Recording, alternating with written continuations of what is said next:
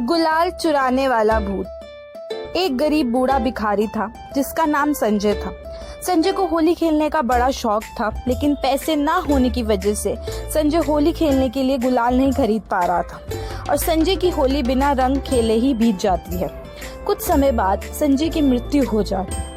मरते मरते संजय को ये बात ही याद रहती है कि वो होली नहीं खेल पाया था और इसकी वजह से संजय एक भूत बन जाता है और कहता है, मैं होली नहीं खेल पाया, अब मैं किसी को भी होली नहीं खेलने दूंगा।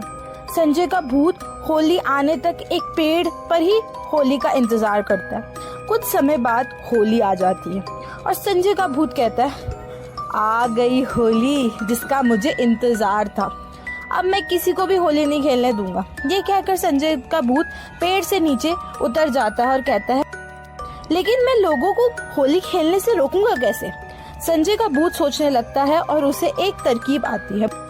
हाँ, मैं अब सारा का सारा गुलाल चुरा लूंगा, ना रहेगा गुलाल और ना ही कोई खेलेगा होली। संजय का भूत ऐसा ही करता है और वो गांव का सारा गुलाल चुरा लेता है। गांव के लोगों को पता चलता है कि गांव में तो गुलाल ही नहीं है, सारा गुलाल चोरी हो गया।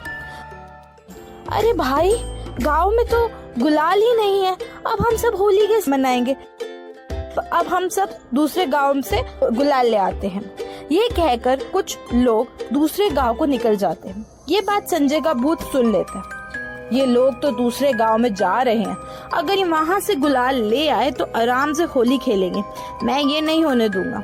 संजय का भूत तुरंत उड़कर जाता है और दूसरे सभी गांव से गुलाल चुरा लेता है और कहता है, अब खेलकर दिखाओ, होली बिना गुलाल के कैसे खेलोगे तुम सब लोग होली।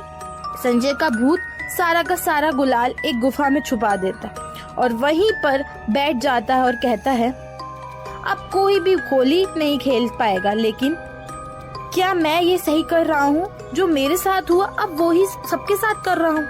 तभी संजय का भूत को एक आवाज आती है और वो देखता है कि गुफा के बाहर एक लड़का खड़ा है और संजय का भूत उसके पास जाता है और कहता है, ए लड़के, यहाँ क्या कर रहा है? घर जा।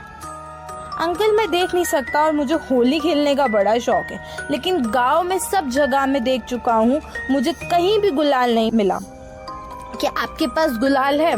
संजय का भूत सोचता है कि होली मुझे भी पसंद है और इस लड़के को भी होली पसंद है। हाँ, मेरे पास गुलाल है और मैं तुम्हें वो गुलाल देने को तैयार हूँ, लेकिन मेरी एक शर्त है, तुम्हें मेरे साथ होली खेलनी पड़ेगी। अंकल, ये भी कोई शर्त की बात है? मैं तो आपके साथ ऐसी होली खेलने की सोच रहा था। चलो होली खेलते हैं। फिर उस लड़के और संजय के भूत ने जमकर होली खेली। तुम्हारे साथ होली खेलकर बड़ा मजा आया, ये लो गुलाल, अब अपने परिवार के साथ में होली खेलो। लड़का गुलाल लेता है और घर की तरफ निकल जाता है। कुछ लोग लड़के के पास गुलाल देखकर लड़के से पूछते हैं, बेटा, तुम ये इतना सारा गुलाल कहाँ से लाए हो?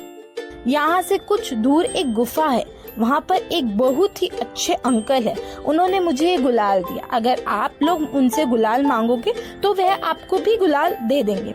ये कहकर वो लड़का वहाँ से चला गया और बहुत से गांव के लोग उस गुफा के पास पहुँचे और कहते हैं, संजय का भूत बाहर आता है और कहता है, क्या काम है मुझसे?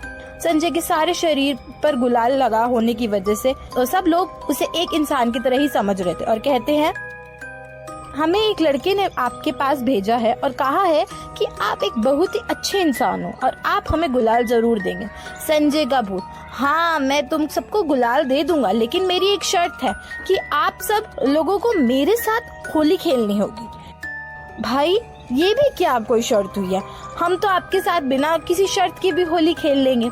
संजय का भूत सारा गुलाल गाँव के लोगों में बांट देता है और फिर सब लोग आपस में सबको गुलाल लगाते हैं और बड़े ही धूमधाम से होली मनाते हैं और इस तरह से गांव के सभी लोग होली मना लेते हैं। और संजय की भी आखिरी इच्छा थी कि वो सबके साथ एक बार होली खेले और ये इच्छा पूरी होने पर संजय को भी मुक्ति मिल जाती।